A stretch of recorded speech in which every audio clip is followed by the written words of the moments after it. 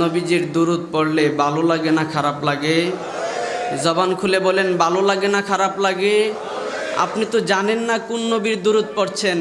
আল্লাহ সুবহানাহু ওয়া তাআলা কুরআনুল কারিমার মধ্যে বলেন, হে আমার বান্দারা, ওয়ামা খালাকতুল জিন্না ওয়াল ইনসা ইল্লা লিয়াবুদুন, আমি জিন জাতিকে এবং মানব জাতিকে সৃষ্টি করেছি আমি মাবুদের গোলামি করার জন্য।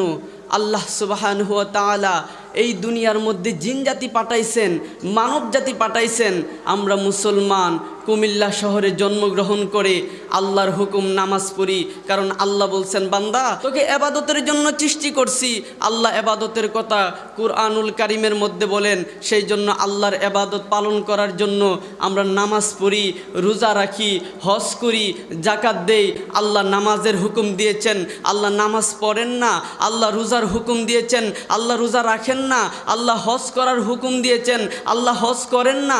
আল্লাহ জাকাত দেওয়ার হুকুম দিয়েছেন, আল্লাহ নিজে জাকাত দেই না।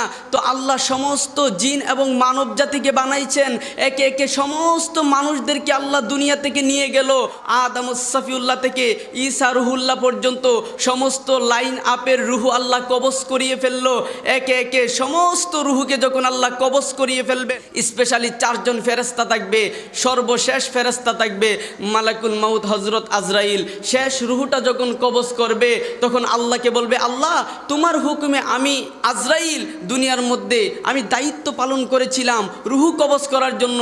আল্লাহ এখন তো পৃথিবীর সমস্ত রুহু কবজ করা শেষ, সর্বশেষ রুহু এটা। আল্লাহ এখন আমি কি করব? আল্লাহ বলেন, ও আজরাইল, এখন তুমি আজরাইলেরও ইন্তেকাল হবে, তুমি আজরাইলও ইন্তেকাল করো। জুড়ে বলি না সুবহানাল্লাহ। আজরাইল তুমি নিঃস্ব হয়ে যাও। আল্লাহ হুকুম করবেন, আজরাইল নিঃস্ব হয়ে যাবেন। তো আল্লাহ ইবাদতের হুকুম দিয়েছেন। মানুষ দুনিয়াতে ছিল, আল্লাহর হুকুম ছিল, মানুষ দুনিয়াতে ছিল, আল্লাহর নামাজ রোজা হজ জাকাত বন্দিগি ছিল। তো সমস্ত জিন জাতিকে, সমস্ত মানব জাতিকে আল্লাহ কি করলেন? রূহকে কবজ করিয়ে ফেললেন। তো কোনো রুহ নাই, আল্লাহ এখন থাকবেন একা। আরে আল্লাহ তখন একা। আল্লাহ কি বলবে? যখন পৃথিবীর সমস্ত রুহকে আমি কবজ করিয়ে ফেলছি, আমি আল্লাহ একা, আমি তখনও আমি একা যখন থাকবো, আমার একটা দায়িত্ব থাকবে, আমি আমার হাবিবের উপর দুরূদ শরীফ পড়ব। জুড়ে বলি না সুবহানাল্লাহ।